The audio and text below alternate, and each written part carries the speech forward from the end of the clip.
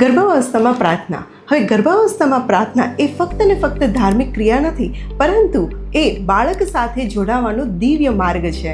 જ્યારે ગર્ભસ્થ માતા પ્રાર્થના કરે છે ત્યારે તેના સ્ટ્રેસ હોર્મોન ઓછા થાય છે અને સાથે સાથે તેના હૃદયના ધબકારા શાંત થાય છે, તેની મનની અવસ્થા શાંતિની અનુભૂતિ કરે છે અને આ જ દિવ્ય વાતાવરણ તેના ગર્ભસ્થ શિશુ સુધી પણ પહોંચે છે. આપણું રિસર્ચ પણ કહે છે કે જે માતાઓ પ્રેગ્નન્સી દરમિયાન પ્રાર્થના કરતા હતા અને એમને ત્યાં જન્મ લેનાર બાળક હાઈ ઇક્યુ અને સ્વભાવે શાંત હતા. રિસર્ચ પણ બતાવે છે કે માતાના ફિલિંગ્સ, માતાના ઇમોશન્સ એ બાળકના બ્રેઇન ડેવલપમેન્ટ માટે અસર કરતું હોય છે.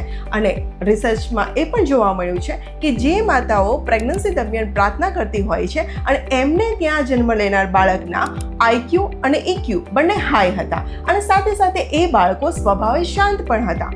આપણા શાસ્ત્રો પણ જણાવે છે ને કે પ્રાર્થના એ ગર્ભસ્થ બાળક માટેનો પ્રથમ સંસ્કાર છે. તો જ્યારે પ્રેગ્નન્સી હોય અને ત્યારે પ્રાર્થના કરવા માટે થઈને માતા કોઈ શાંત જગ્યા પસંદ કરીને બે હાથ જોડીને અથવા તો પોતાના ગર્ભ પર હાથ રાખીને દીવો પ્રગટાવી અથવા તો પોતાના ઈષ્ટદેવ સામે બેસીને પોતાના બાળક માટે સારા આશીર્વાદ, સારા સંકલ્પો, સારા વિચારો બોલે છે, ત્યારે તેની સકારાત્મક ઉર્જા ગર્ભસ્થ શિશુ સુધી પહોંચે છે.